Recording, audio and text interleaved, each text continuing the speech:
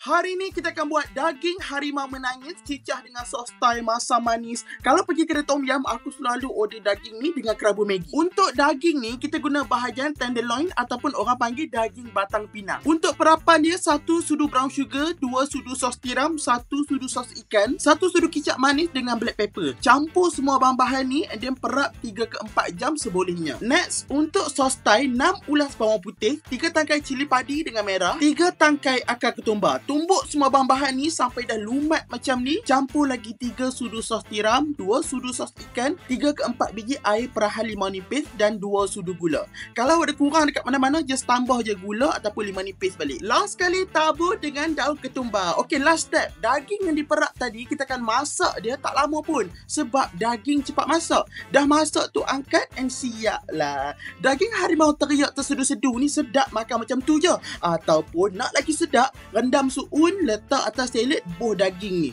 Memang aroy.